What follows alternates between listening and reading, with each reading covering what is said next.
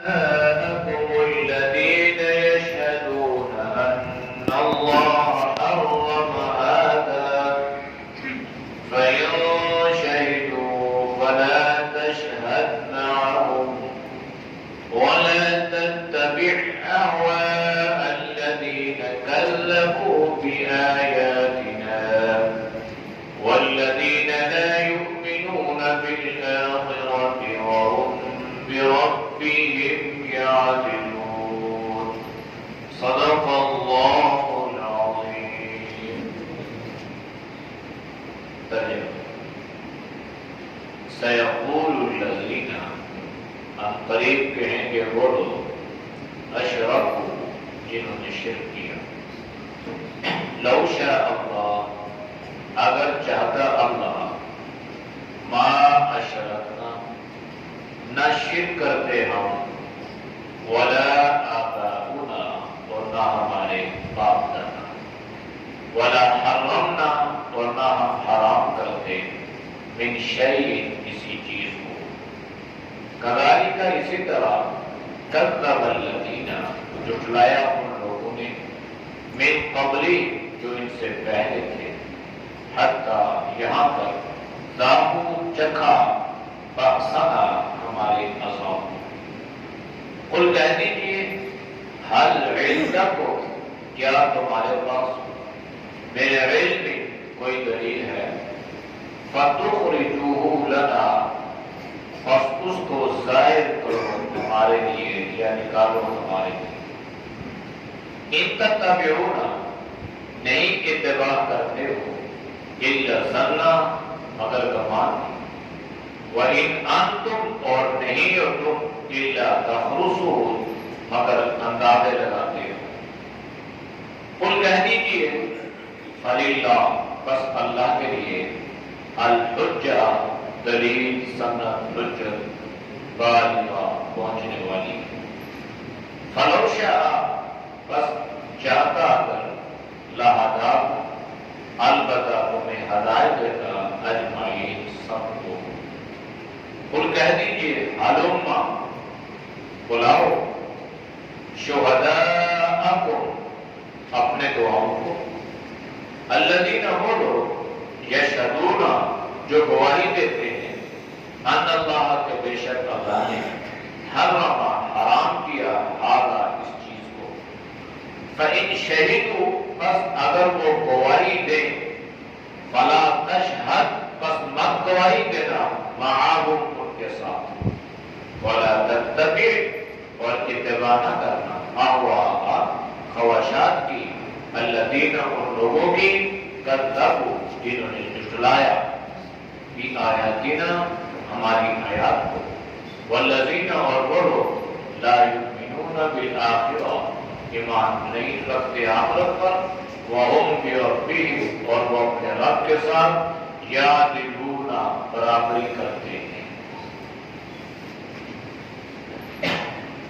آیات کا ماقبل آیات کے ساتھ رب اور تعلق یہ تھا کہ یہودیت نے اہل کفر نے جب دین کو اپنی مرضی سے استعمال کرنا شروع کیا تو پھر اللہ نے ان پر کچھ پابندیاں لگا دی ان پر کچھ اللہ نے کلمہ لگا دی. یہ پابندیاں یہ مشکلات بطور سزا کے ان پر مسلط کر دی گئی تھی.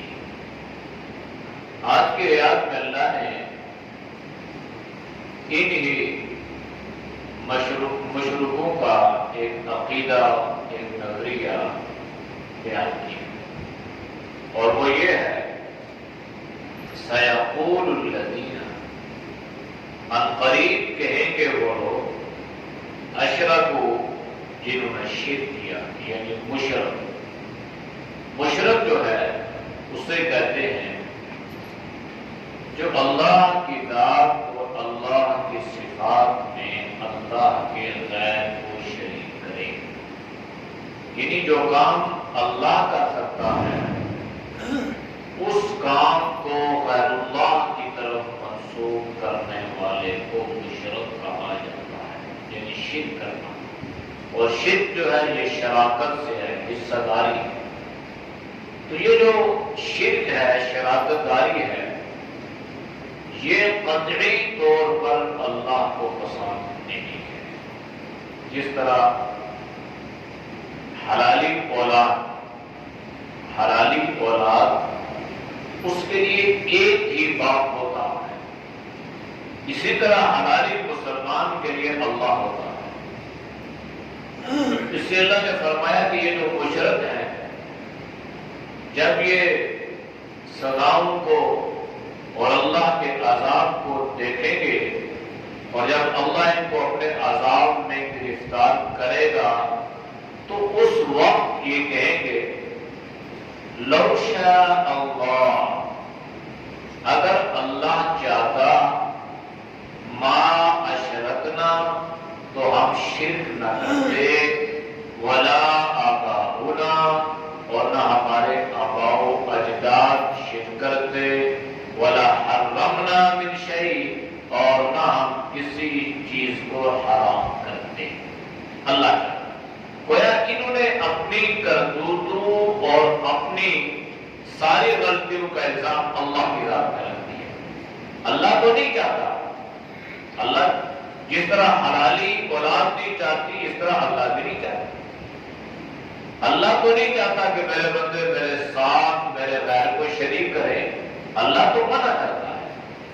اور اللہ نے پہلے دن ہی سے توحید کو قائم فرمایا، اور توحید کو قائم کرنے کے لیے اللہ نے انبیاء علیہ السلام کو دنیا میں مبعوث فرمایا. اور انبیاء علیہ السلام کا جو سب سے پہلا سبب تھا وہ لا الہ سے شروع ہوتا ہے. حضرت آدم سے لے کر جناب نبی کریم صلی اللہ علیہ وسلم لا الہ، یہ سب سے پہلے نفی ہے. تمام بتوں کی، تمام شرکوں کی نفی کرو کہ کوئی الہ ہے ہی نہیں ہے.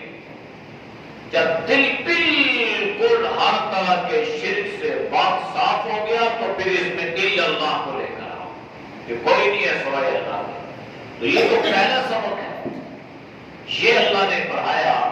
اس پر انبیاء علیہ السلام نے محنت کی، اس پر اسلام کی عمارت کو قائم کیا گیا، اور دنیا کے کونے کونے میں اس دعوت کو اور اس پیغام کو دلائل کے ساتھ پہنچایا گیا. بتلایا گیا کہ بھائی اس نظام کو کوئی چلانے والا ہے، اس کائنات کو کوئی بنانے والا ہے. تو تمہارے جسم کو، تمہاری آنکھوں کو، تمہاری جلد کو، تمہارے آنکھوں کے پوروں کو، ہاتھوں کے پوروں، یہ سب کو کوئی بنانے والا ہے. تو وہ کون ہے؟ وہ اللہ ہے. تو جب تمہیں یہ پیغام دیا گیا، بتلایا گیا، تو اب تم سارا یہ کام اللہ پہ ڈرتے ہو اور یہ کہتے ہو اگر اللہ چاہتا تو ہم شرک نہ کرتے.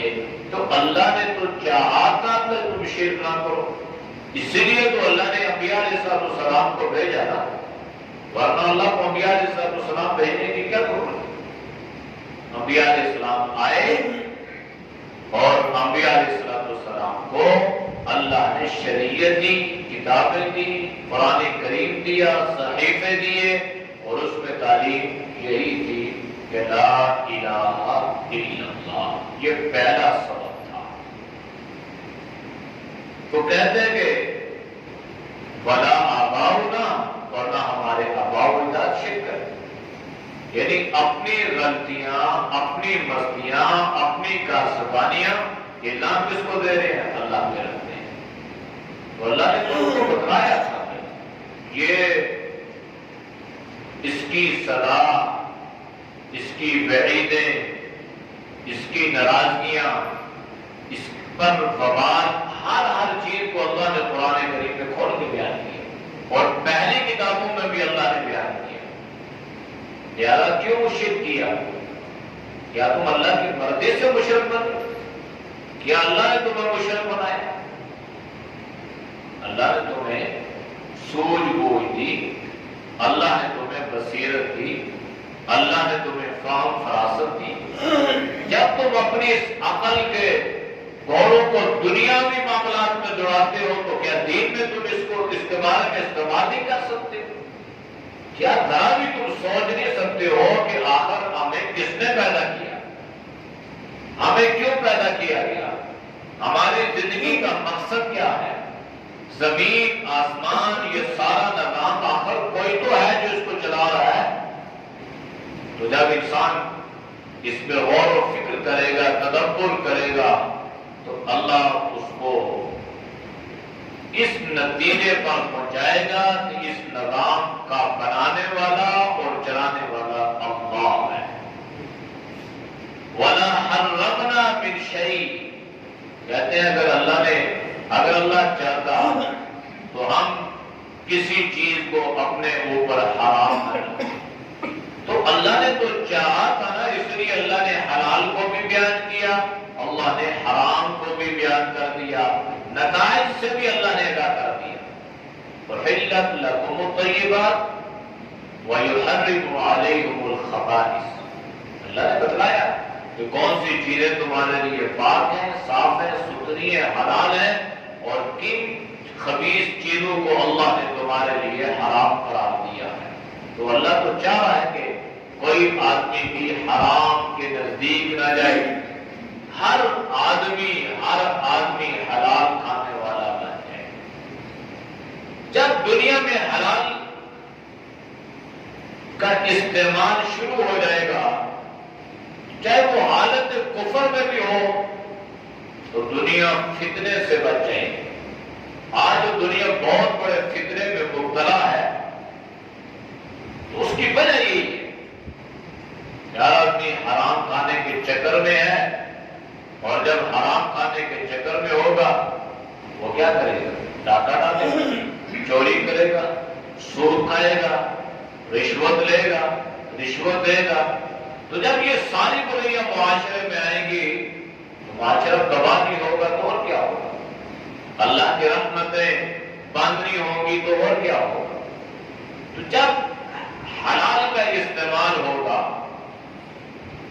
آج تو ایک اعتبار سے تو ہم اعلانیہ اللہ کے ساتھ حالت جنگ میں ہیں۔ اعلانیہ ابھی جو سود کھایا جا رہا ہے، کیا یہ اعلانیہ گناہ نہیں؟ تو حالت جنگ میں ہے، ساری دنیا اللہ کے ساتھ ہے، اور پھر ہم کہتے ہیں کہ اللہ کی رحمت ہے اور اللہ کی برکت ہے، تو کیسے ہو؟ کبھی تو ہم سوچتے نہیں۔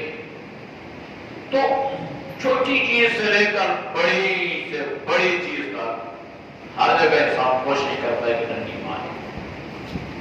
تو اس لیے کہتے ہیں وَلَا حَرَّمْنَا مِنْ شَيْءٍ، اللہ نے حلال کو بیان کیا، حلال کے فوائد اور اثرات اور ثمرات کو بھی اللہ نے بیان فرمایا، اور حرام کو اللہ نے کھول کر بیان کیا، اور حرام کے نتائج، اس کے نقصانات سے بھی اللہ نے آگاہ فرمایا۔ اس کا مطلب کیا ہے کہ اللہ نہیں چاہتا کہ حرام کھاؤ، اللہ یہ چاہتا ہے کہ حلال کھانے والے بن جائیں۔ کذالک، اسی طرح کذب الذین، جھٹلایا ان لوگوں نے، من قبلہم، جو ان سے پہلے تھے۔ یہ جو لوگ ہیں نا آج مشرکین، اس سے پہلے بھی بڑے بڑے مشرک آئے، اور انہوں نے بھی اسی طرح کے الزامات اور اسی طرح کی باتیں اور اسی طرح انبیاء علیہ السلام کی تکذیب کی۔ پھر کیا ہوا؟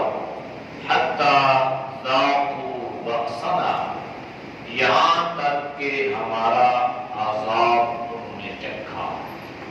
یہ جو چکھنا ہے نا، چکھنا، یہ جیسے آج کل کہتے ہیں یہ ٹیسٹ کرو، معمولی سی چیز جو ہے وہ بطور ذائقہ کی، تو یہ دنیا کی تباہیاں اور دنیا کے بڑے بڑے عذاب اور چہروں کا اور صورتوں کا مسخ ہو جانے کو اللہ نے چکھنے سے تعبیر فرمایا۔ یعنی جو آخرت کا جو عذاب ہے نا، اس کے مقابلے میں دنیا میں جو کسی پر کوئی عذاب آیا تو یہ یوں ہے جیسے اس نے عذاب کو مس کیا ہے، صرف اس کو چکھا ہے۔ تو جب چکھنا برداشت نہیں ہے تو پورے عذاب کو کیسے برداشت کیا جائے؟ تو یہ انسان سوچے انسان کی طاقت اور استطاعت کیا ہے. انسان اتنا ضعیف کمزور وخلق الانسان ضعیفا، انسان ایک کانٹا چبھ جائے اور معمولی سی آگ یہ ماچس کی ایک تیلی لگے جائے تو انسان اس کو برداشت نہیں کرتا. یہ ذائقہ برداشت نہیں ہوتا، چیخیں نکلتی ہیں، وہ آگ اور وہ عذاب کیسے برداشت کرے. اللہ فرما رہے ہمارا عذاب یہاں تک کہ ہمارا عذاب کا ذائقہ چکھ لے. قل ان سے آپ کہہ دیں حل عندکم من علم، کیا تمہارے پاس اس بات کی کوئی سند ہے؟ کس بات کی؟ اگر اللہ چاہتا تو ہم شرک نہ کرتے. کیا اللہ نے اسی طرح کی بات ان سے کہی ہے کہ میری مرضی سے تم مشرک بنے ہو، میری مرضی سے تم کافر بنے ہو، اگر میں چاہتا تو تمہیں مشرک نہ بناتا؟ کیا کوئی ایسی دلیل، کوئی ایسی سند اللہ نے تمہارے بارے میں بیان فرمائی؟ فَتُخْرِجُوهُ لَنَا، اگر کوئی ہو تو اس کو ظاہر کرو، اس کو نکالو، بتاؤ کہ یہ بات ہے، قرآن کی یہ آیت ہے اور اس آیت میں اللہ نے یہ فرمایا کہ اللہ نے ان کو زبردستی کافر بنایا. وہ مسلمان بننا چاہ رہے تھے، اللہ نے ان کو زبردستی مشرک بنایا، وہ موحد بننا چاہ رہے تھے. کوئی ایسی سند، کوئی ایسی دلیل نہیں ہے. اللہ نے قرآن کریم میں ذکر فرمایا کہ میں نے انسان کے لیے الم نجعل لہ عینین ولسانا وشفتین وہدیناہ النجدین، ساری چیزیں اللہ نے بتا دی.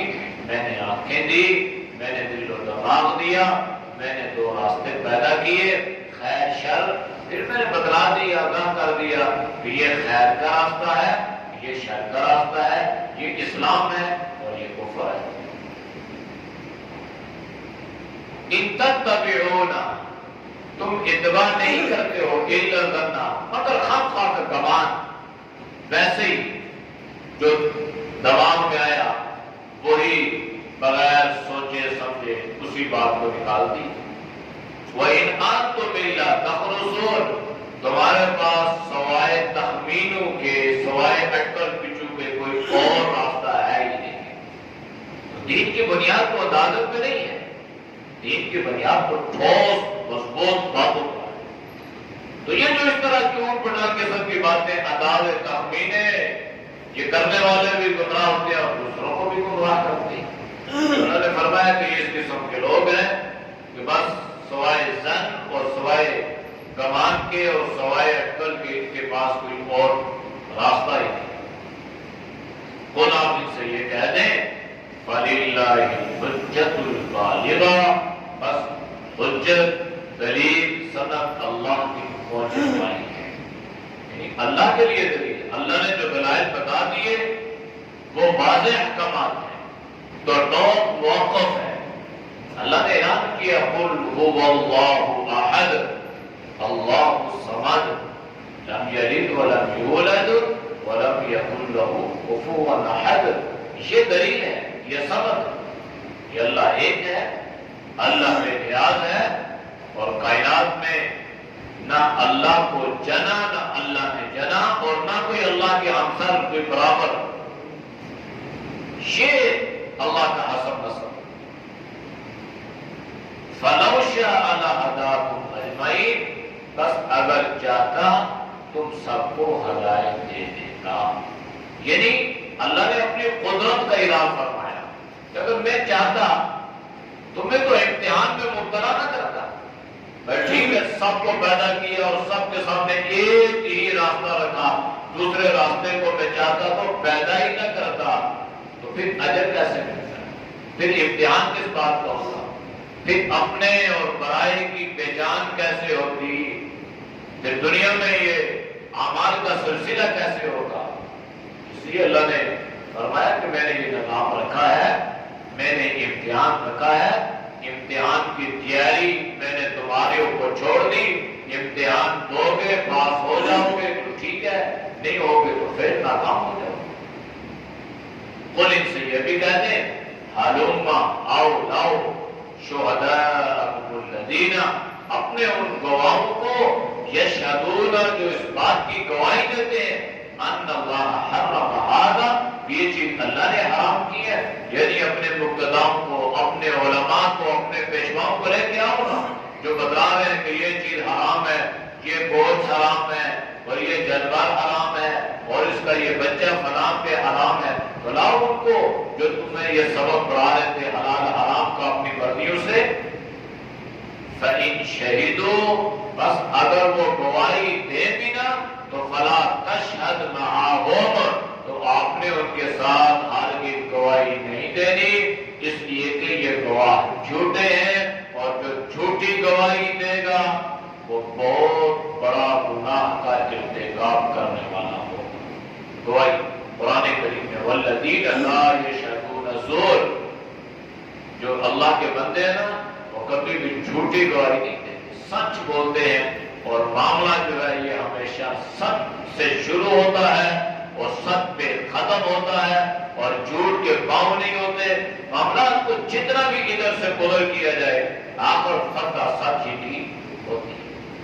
ہمارے عدالتوں میں کیا ہو رہا ہے، ہماری کچہریوں میں کیا ہو رہا ہے، کن لوگوں کو گواہ مقرر کیا جاتا ہے کہ گواہ کی تخصیص شریعت میں فرمائی ہے۔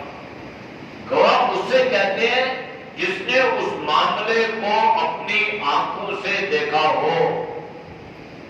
اگر عدالت میں کوئی بندہ یہ کہے نا شرم کہ میں نے یہ بات سنی ہے تو اس کو گواہی سے خارج کر دیا جائے گا، اس لیے گواہی کا دار مدار سننے سنانے پہ نہیں ہے۔ گواہ کہتے ہی اس کو جو موجود ہو، جو دیکھنے والا ہو، جو شاہد ہو۔ وَلَا تَتَّبِعْ اور اتباع مت کریں اَهْوَاءَ الَّذِينَ ان لوگوں کی خواہشات کی كَذَّبُوا بِآيَاتِنَا جنہوں نے ہماری آیات کو جھٹلایا، یعنی وہ لوگ جو ہے وہ خود بھی گمراہ ہیں اور دوسروں کو بھی گمراہ کرتے ہیں۔ لہذا دین خواہشات کا نام نہیں ہے، بس دین اتباع کا نام ہے۔ اتباع جس عمل کو جہاں پر اللہ کے نبی نے کیا اس کا کرنا، اسی عمل کو اللہ کے نبی نے کسی جگہ پہ ترک کیا اس کو ترک کرنا، اس چیز کا نام نہیں ہے۔ اللہ کے نبی نے اپنے سر مبارک کو کبھی بھی ننگا نہیں کیا۔ آپ باہر گئے تو آپ کا سر مبارک پہ کپڑا تھا، نماز کبھی آپ نے سر بغیر جو ہے وہ کپڑے پہ نہیں پڑی، آپ نے عمامے کا استعمال فرمایا، آپ نے دوڑے کپڑے کا استعمال فرمایا، یہاں تک کہ حدیث کی کتابوں میں لکھا ہے کہ اللہ کے نبی بیت الخلاء میں بھی ننگے سر نہیں جاتے تھے۔ جو تو بیت الخلاء میں ننگے سر نہیں جا رہا وہ اللہ کے سامنے ننگے سر آئے گا؟ تو یہ شرعی تقاضا ہے۔ تو اللہ کے نبی نے کبھی ننگے سر نہ نماز پڑھی، نہ آپ عام حالت میں گئے، نہ آپ یہ نہیں ہے کہ آپ کبھی ننگے سر نہیں گئے، اس میں کوئی بغائی کا نہیں ہے کہ آپ گھر میں گئے بیٹھے، آپ کو گرمی لگی، ویسے آپ نے عمامہ اتار کے رکھ دیا، آپ نے ٹوپی، یہ معیوب نہیں ہے، یہ برا نہیں ہے، لیکن آپ کی عادت مبارکہ یہ نہیں۔ لیکن حالت احرام میں اللہ کے نبی نے ٹوپی نہیں پہنی، دین ہے۔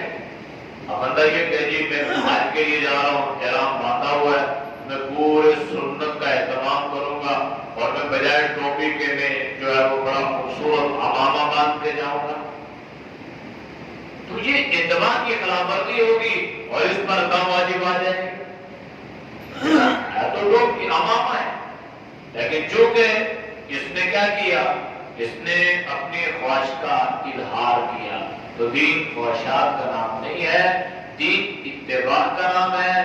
جو عمل جس طرح جہاں اللہ کے نبی نے کیا اس عمل کو اسی طرح کرنے کا نام دین ہے، جس عمل سے اللہ کے نبی نے منع کیا اس سے رک جانے کا نام دین ہے۔ تو خواہشات کا نام دین نہیں ہے، دین اتباع کا نام ہے۔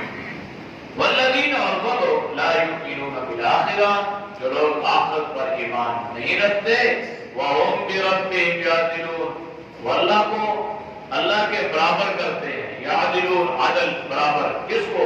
اللہ کی مخلوق، اور اللہ کے پارٹنر بناتے ہیں، اور ان پارٹنروں کو وہ اللہ کے برابر کا درجہ دیتے ہیں، اور وہ یہ کہتے ہیں کہ جو کام اللہ کرتا ہے وہ کام یہ بھی کر سکتے ہیں، حالانکہ اللہ خالق ہے اور باقی ساری کائنات مخلوق ہے، تو مخلوق ساری بھی مل جائے وہ خالق کے برابر وہ عمل یہ کام نہیں کر سکتے۔ نعوذ باللہ من الشیطان الرجیم، بسم اللہ الرحمن الرحیم، سيقول الذين أشركوا لو شاء الله ما أشركنا ولا آباؤنا ولا حرمنا من شيء كذلك كذب الذين من قبلهم حتى ذاقوا بأسنا قل هل عندكم من علم فتخرجوه لنا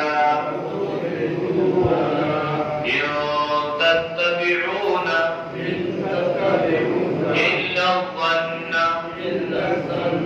وإن أنتم إلا تخرصون قل فلله الحجة البالغة فلو شاء لهداكم أجمعين قل هلم شهداءكم الذين يشهدون أن الله حرم هذا فإن شهدوا ولا تشهد معهم ولا تتبع أهواء الذين كذبوا بآياتنا والذين لا يؤمنون بالآخرة وهم بربهم يعدلون. الحمد لله رب العالمين والعاقبة للمتقين والصلاة والسلام على نبينا الكريم. یا اللہ ہم سب سے رب ہم کو معاف فرما، ہم سے حفاظت فرما، یا اللہ نیک اعمال کی توفیق نصیب فرما، یا اللہ پورے نماز سے پورے امت کی حفاظت فرما، یا اللہ تو ہم سب کو دین کی سمجھ عطا فرما، یا اللہ دین پر چلنا آسان فرما، یا اللہ شرک و بدعت سے، رسومات و الفاظ اور خواہشات سے، یا اللہ پوری امت کی حفاظت فرما، یا اللہ تو ہم سب کو جناب نبی کریم صلی اللہ علیہ وسلم کامل اتباع نصیب فرما، سچی محبت نصیب فرما، یا اللہ بیماروں کو شفا عطا فرما، جو پریشان حال ہیں اللہ ان کی پریشانی کو دور فرما، یا اللہ تو سب کے صحت ایمان میں اللہ خوب برکت عطا فرما، صلی اللہ تعالی علیہ